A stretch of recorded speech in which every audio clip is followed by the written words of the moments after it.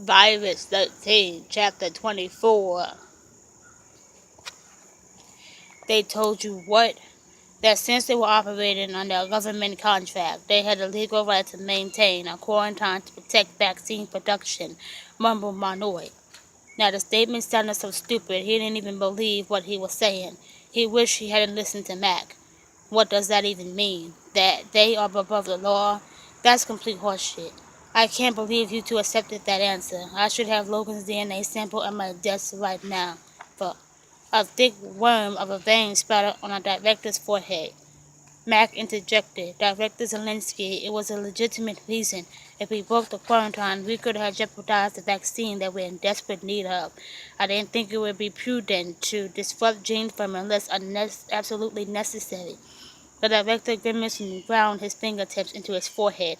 I can't wait. I told you already a man has cancer, and I have a hunch that medical record fraud is behind it. There's no quarantine immunity law. You have a warrant, therefore you have the legal right to enter Gene Farm property and get my damn samples. So tomorrow morning, Tweedledee and Tweedledum, that will be you two numb-nutted assholes are going to march back over there and get me a DNA sample. Yes, sir, chimed both agents. The only thing keeping me from firing both of you right now is this one sample you managed to bring back to me. The director turned to Mac. Could you please leave us for a moment? Confused, Mac said all right and left the room, making sure to shut the door securely behind him. The director stared intensely at Manoy. I expect better from you. You know as well as I do that you're lucky to have a job here on account of your condition. This is your one and only shot at a decent government job, and you're about to blow it. Do you understand? Manoy nodded slowly. Here's one little piece of advice. Don't let that buffoon Mac persuade you against your better judgment, or your career will be over before it ever began. I suggest you follow your instincts and keep Mac in line. Got it? Manoy nodded slowly, chin dipping ever so slightly, his neck stiff with hate. Good, said the director, who waved him out of the room like he was a mosquito. Manoy did his best not to slam the door behind him. Outside, Mac was waiting for him. Shit, man, I'm sorry. Without acknowledging the statement, Manoy walked right past his partner, headed for the elevator. Listen, Manoy, don't worry. I'll go talk to Director Zelensky tomorrow when he's cooled off. You're not going to be blamed for any of this. Matt couldn't help but feel like a layer of ice had just frozen over their relationship as they took an empty elevator down to the garage. The two stood there, facing the door, shining and metallic. Their distorted forms reflected in front of them. The elevator came to a halt and the doors parted. Matt gave a sincere good night, but still got no reply from the mute Manoy. The click-clack of their footsteps grew farther and farther apart until each man was alone. Manoy's car was a child's toy machine, tiny and compact. To get into the car, he had to stoop low and squeeze into the driver's seat.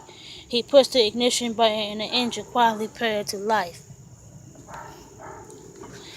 On the radio, a woman from the BBC was describing grisly scenes of the growing international pandemic. He pulled out of the garage into the dimly lit streets of downtown Austin and listened as the radio described a story of unfolding horror. In Britain, dozens of cases had sprouted up overnight. The flu seemed to be sneaking its way around quarantines. Hospitals were being hit the hardest. Here in Austin, they were being shut down left and right due to the virus devastation.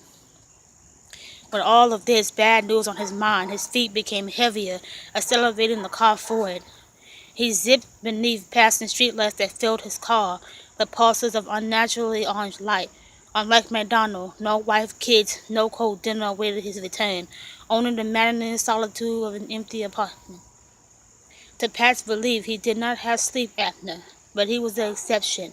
When they returned to the sleeping hall to shower after another grueling 90-minute run, most of the campers discovered the shoebox-sized machine named Pappy sitting next to their beds. At lights out, the sleeping hall was alive with the soft whirl of the machines, keeping all of those fat, encroached airways wide. At least two-thirds of the room's passengers were hooked up to the machines. The hulking male next to Pat, also known as Tony, was among those using the PAP device. The racket of his painful midnight gasping had finally come to an end. Yet, Pat still couldn't sleep. The guy in the car on the other side seemed to be coming down with a cold or something. The man stood violently coughing every 5 minutes for what seemed like the whole night. Pat finally resorted to concocting a pair of homemade toilet paper earplugs. This brought the cough down to a subdued hiccup, but still sleep evaded him.